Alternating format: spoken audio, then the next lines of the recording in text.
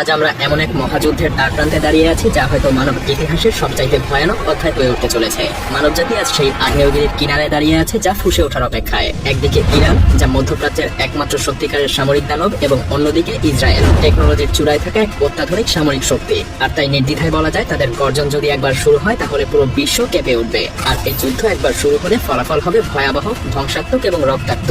এই মুহূর্তে প্রশ্ন একটাই, কোন দানব জেগে উঠবে? ইরান, যে তার বিশাল সামরিক শক্তি এবং ব্যালিস্টিক মিসাইল ক্ষমতা, সেই সাথে গোপন সামরিক ঘাঁটি নিয়ে প্রস্তুত, নাকি ইসরায়েল, যে প্রযুক্তি এবং পারমাণবিক শক্তির মিশ্রণে এক অপ্রতিরোধ্য দানবে পরিণত হয়েছে? আজ আমরা ঢুকে যাব সেই গোপন অন্ধকার সামরিক সব ঘাঁটির গভীরের এক ভয়ঙ্কর বাস্তবতায়, যেখানে কেবল শক্তির লড়াই না, লড়াই হবে অস্তিত্বের। এই যুদ্ধ শুধু মধ্যপ্রাচ্য না, বরং পুরো বিশ্বকে এক ধ্বংসাত্মক নরকে ঠেলে দিতে পারে।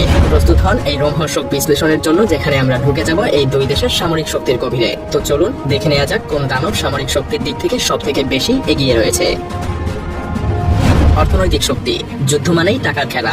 অর্থ ছাড়া আপনি সেনাবাহিনী চালাতে পারবেন না, ক্ষেপণাস্ত্র ছুটতে পারবেন না, বা আকাশের যুদ্ধ বিমানও উড়াতে পারবেন না। আর তাই তো 2024 সালে ইরান তাদের সামরিক বাজেট প্রায় 15 বিলিয়ন মার্কিন ডলার বরাদ্দ করেছে। ইরানের বিশাল বাজেটের মূল উদ্দেশ্য হলো তাদের ইসলামী বিপ্লবী গার্ড কর্পসকে আরো ভয়ঙ্কর করে তোলা, তাদের মিসাইল, স্থলবাহিনী এবং নৌবাহিনীকে যুদ্ধের জন্য প্রস্তুত করে তোলা। কিন্তু ইসরায়েল কি অর্থের দিক থেকে পিছিয়ে? মোটেও না, বরং তারা বরাদ্দ করেছে প্রায় 27.5 বিলিয়ন মার্কিন ডলার, যা ইরানের তুলনায় অনেকটা বেশি। আর এই অর্থ দিয়ে তারা তৈরি করছে নতুন ক্ষেপণাস্ত্র, উন্নত যুদ্ধ বিমান এবং এমন সব অস্ত্র যা মুহূর্তের মধ্যে শত্রুকে নিশ্চিহ্ন করে দিতে পারে। কিন্তু শুধু টাকার পরিমাণই যুদ্ধে বিজয় নির্ধারণ করবে না, প্রযুক্তি, কৌশল এবং যুদ্ধক্ষেত্রের অভিজ্ঞতা একসাথে যুদ্ধে প্রভাব ফেলে। যেমন ইরানের মাটির নিচে থাকা গোপন সামরিক ঘাঁটি এবং অদৃশ্য মিসাইল ইসরায়েলের সেই সকল প্রযুক্তির চোখও ফাঁকি দিতে পারে। ইরানের কোন দানব কখন জেগে উঠবে তা এখনো কেউ বলতে পারে না।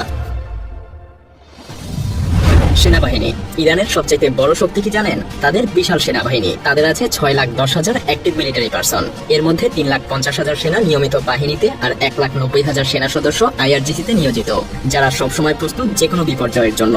কিন্তু এখানেই শেষ না, ইরানের 3,50,000 জন রিজার্ভ সেনা রয়েছে, যারা যে কোনো মুহূর্তে যুদ্ধক্ষেত্রে নামতে প্রস্তুত। ইরানের সেনাবাহিনী সিরিয়া এবং ইয়েমেনের মতো যুদ্ধে ইতিমধ্যেই অভিজ্ঞ হয়ে উঠেছে। কিন্তু ইসরায়েলের সেনাবাহিনী সংখ্যা হিসেবে ছোট হলেও তাদের প্রযুক্তিগত দক্ষতা অপ্রতিরোধ্য।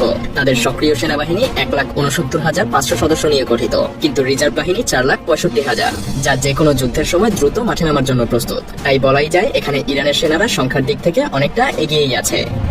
স্থলবাহিনী। ইরানের স্থলবাহিনী হলো এক প্রাচীন দৈত্যের মতো, ভয়ঙ্কর এবং সংখ্যায় বিপুল। তাদের হাতে আছে 10,000 যুদ্ধ ট্যাঙ্ক, T-72 এবং কারার ট্যাঙ্কগুলো গর্জনকারী আগ্নেয়গিরির মতো যুদ্ধক্ষেত্রে ধ্বংস ছড়াতে পারে। আর আছে 7,000 আর্টিলারি সিস্টেম, যা দূর থেকে ধ্বংসাত্মক আঘাত হানতে সক্ষম। কিন্তু ইসরায়েল কি এই দৈত্যের সামনে দাঁড়াতে পারবে? হ্যাঁ, পারবে, কারণ ইসরায়েলের হাতে আছে মেরকাভা 4 ট্যাঙ্ক, বিশ্বের অন্যতম সেরা যুদ্ধযান। যদিও তারা মাত্র 400 ট্যাঙ্ক নিয়েই মাঠে নামবে, কিন্তু এই ট্যাঙ্কগুলো কোনো সাধারণ ট্যাঙ্ক না, এগুলো এক একটা যেন চলমান দুর্গ।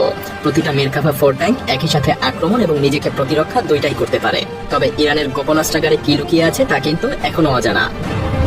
বিমান বাহিনী। এটা নিঃসন্দেহে মানতে হবে, আকাশে ইসরায়েল এক অপ্রতিরোধ্য দানব। কিন্তু ইসরায়েলের 345টা আধুনিক যুদ্ধ বিমানের মধ্যে F-35, F-16 এবং F-15 রয়েছে, যা বিশ্বসেরা যুদ্ধ বিমান হিসেবে পরিচিত। এই যুদ্ধ বিমানগুলো মুহূর্তের মধ্যেই আকাশে উড়ে শত্রুকে ধ্বংস করে দিতে পারে। আরো আছে 43টা অ্যাটাক হেলিকপ্টার, যা নির্ভুলভাবে আঘাত হানতে সক্ষম। ইসরায়েল আকাশ যুদ্ধে অদম্য এবং বেশ অভিজ্ঞ। তাহলে ইরান কিভাবে মোকাবেলা করবে? কারণ ইরানের হাতে আছে 312টা যুদ্ধ বিমান এবং মাত্র 5টা অ্যাটাক হেলিকপ্টার। সেই সাথে ইরানের বিমান বাহিনী কিছুটা পুরনো দিনের প্রযুক্তি ব্যবহার করে, কারণ পশ্চিমাদের নিষেধাজ্ঞার কারণে তারা এখনো প্রযুক্তি আপগ্রেড করতে পারে না। কিন্তু ইরানের গোপন কৌশল এবং বিশ্বের অজানা মিসাইল ক্ষমতা ইসরায়েলের এই আধুনিক বাহিনীর জন্য হুমকি হতে পারে। ইরানের আকাশ শক্তি হয়তো আজকের মতো দুর্বল, কিন্তু কে জানে কোন অজানা আকাশ যুদ্ধের প্রযুক্তি তারা লুকিয়ে রেখেছে। নৌবাহিনী। ইরান ইসরায়েলের চেয়ে আকাশ শক্তিতে পিছিয়ে থাকলেও নৌবাহিনী শক্তিতে কিন্তু বেশ এগিয়ে, কারণ ইরানের নৌবাহিনী সমুদ্রের সিংহের মতো। তাদের 17টা সাবমেরিন, 68টা পেট্রোল বোট এবং 10টা মাইন ওয়ারফেয়ার জাহাজ পারস্য উপসাগর থেকে ভারত মহাসাগর পর্যন্ত ইরানের শক্তিকে ছড়িয়ে দিচ্ছে। তারা প্রায় সমুদ্রপথে ভয়ঙ্কর আক্রমণ এবং তেলের ট্যাঙ্কার আটকানোর মাধ্যমে বৈশ্বিক অর্থনীতির উপরে প্রভাব ফেলে। তাদের সাবমেরিনগুলো সমুদ্রের গভীর থেকে শত্রুদের প্রতি অদৃশ্য আতঙ্ক ছড়ায়। তবে ইসরায়েলের নৌবাহিনী কম শক্তিশালী হলেও তাদের কার্যক্ষমতা এবং গোপন অপারেশন অত্যন্ত ভয়ঙ্কর। 5টা অত্যাধুনিক সাবমেরিন এবং 49টা পেট্রোল বোটের সাহায্যে তারা সমুদ্র চষে বেড়ায়। কিন্তু ইরানের সমুদ্রের নিচে লুকিয়ে থাকা গোপন শক্তি কতটা বিধ্বংসী হতে পারে সেটা কিন্তু কেউ জানে না। ব্যালিস্টিক মিসাইল এবং পারমাণবিক শক্তি। যুদ্ধের শেষ আঘাত ব্যালিস্টিক ক্ষেপণাস্ত্র এবং পারমাণবিক শক্তি। এখানে ইরানের হাতে আছে সেজিল এবং খোরামশাহ মিসাইল, যা 2000 কিলোমিটার দূর থেকেও আঘাত হানতে সক্ষম। এছাড়াও ইরান সম্প্রতি ফাতাহ হাইপারসনিক মিসাইল তৈরি করেছে, যা বিশ্বের যে কোনো জায়গায় দ্রুত গতিতে আঘাত হানতে পারে। কিন্তু পারমাণবিক শক্তি কি ইরানের আছে? এর উত্তর দেওয়া কঠিন, কারণ অনেকেই মনে করছেন ইরানের কাছে পারমাণবিক অস্ত্র থাকতে পারে, কিন্তু সেটা এখনো অজানা। আসলে এই আতঙ্কের কারণেই তো আমেরিকা এখন পর্যন্ত ইরানের সরাসরি হামলা চালায়নি। কে জানে, ইরান হয়তো পারমাণবিক অস্ত্র তৈরি করে ফেলেছে, কিন্তু সেটা কেউ নিশ্চিত না। আর ইসরায়েলের হাতে আছে জেরিকো 3 ক্ষেপণাস্ত্র, যা প্রায় 6500 কিলোমিটার দূরত্বেও আঘাত হানতে সক্ষম। আর হ্যাঁ, তারা প্রায় 90টা পারমাণবিক ওয়ারহেড নিয়ে দাঁড়িয়ে আছে। যদিও ইসরায়েল আজ পর্যন্ত তাদের পারমাণবিক শক্তির কথা নিজেরা প্রকাশ করেনি, তবে বেশিরভাগ বিশেষজ্ঞরাই অনুমান করে যে ইসরায়েলের হয়তো পারমাণবিক অস্ত্র আছে। মজার ব্যাপার হলো, ইসরায়েল নিজেরা কখনো পরীক্ষা না করলেও পুরো বিশ্ববাসী মনে করে তাদের কাছে পারমাণবিক শক্তি আছে।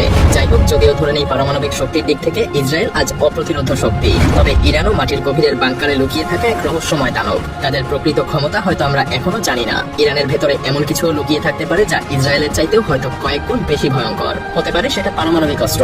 তাহলে এই ভয়াবহ সংঘাতে আসলে কে জিতবে? ইরানের বিশাল সেনাবাহিনী, অজানা শক্তি, ব্যালিস্টিক মিসাইল এবং অনিশ্চিত পারমাণবিক অস্ত্র, নাকি ইসরায়েলের আধুনিক প্রযুক্তি, পারমাণবিক শক্তি এবং সামরিক দক্ষতা?